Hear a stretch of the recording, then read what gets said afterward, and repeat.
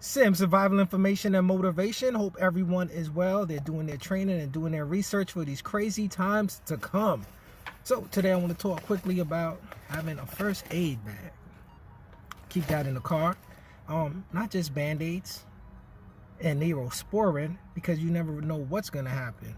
As you can see, it could be a mass shooting, it could just be two people fighting, it could be a car accident, it could be anything. So just being ready and being prepared to be able to stabilize a patient or yourself may be the difference between life and death. Ambulance may be 5-10 minutes out, and every second is critical in those times. So if you're bleeding heavily, combat gauze, or they have quik clot, something to stop the bleeding. It's one thing if you get a paper cut and you're bleeding and you just take a paper towel or tissue and just apply some pressure to it. It's different when you have a 3 centimeter inch hole in your body. A lot more blood is going to be coming out. Get online, figure out how first aid is, how it works, get familiar with it.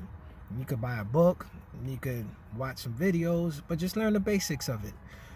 You never know who life you may be saving. As we saw this weekend, a woman was shot and killed in her own home.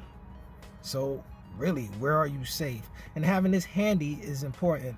I used to leave this pack in the trunk, and I was like, wait, what happened if I'm stuck in traffic and I get hit? Then what? I gotta get out the car, get to it. So I make sure I keep it accessible. And I have different items up in there right now.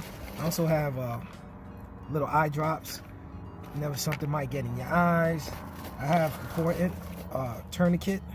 I forget which muscle it is in your leg. It's one of those things that if you get hit, it's anyway.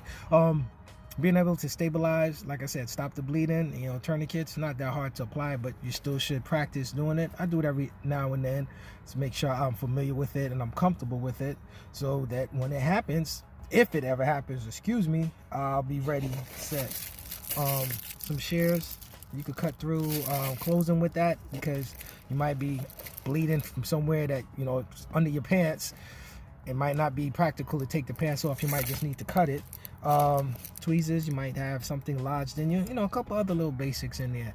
And if you just buy a kit fully set, just think about extra things that you might need. It's better to have it and not need it.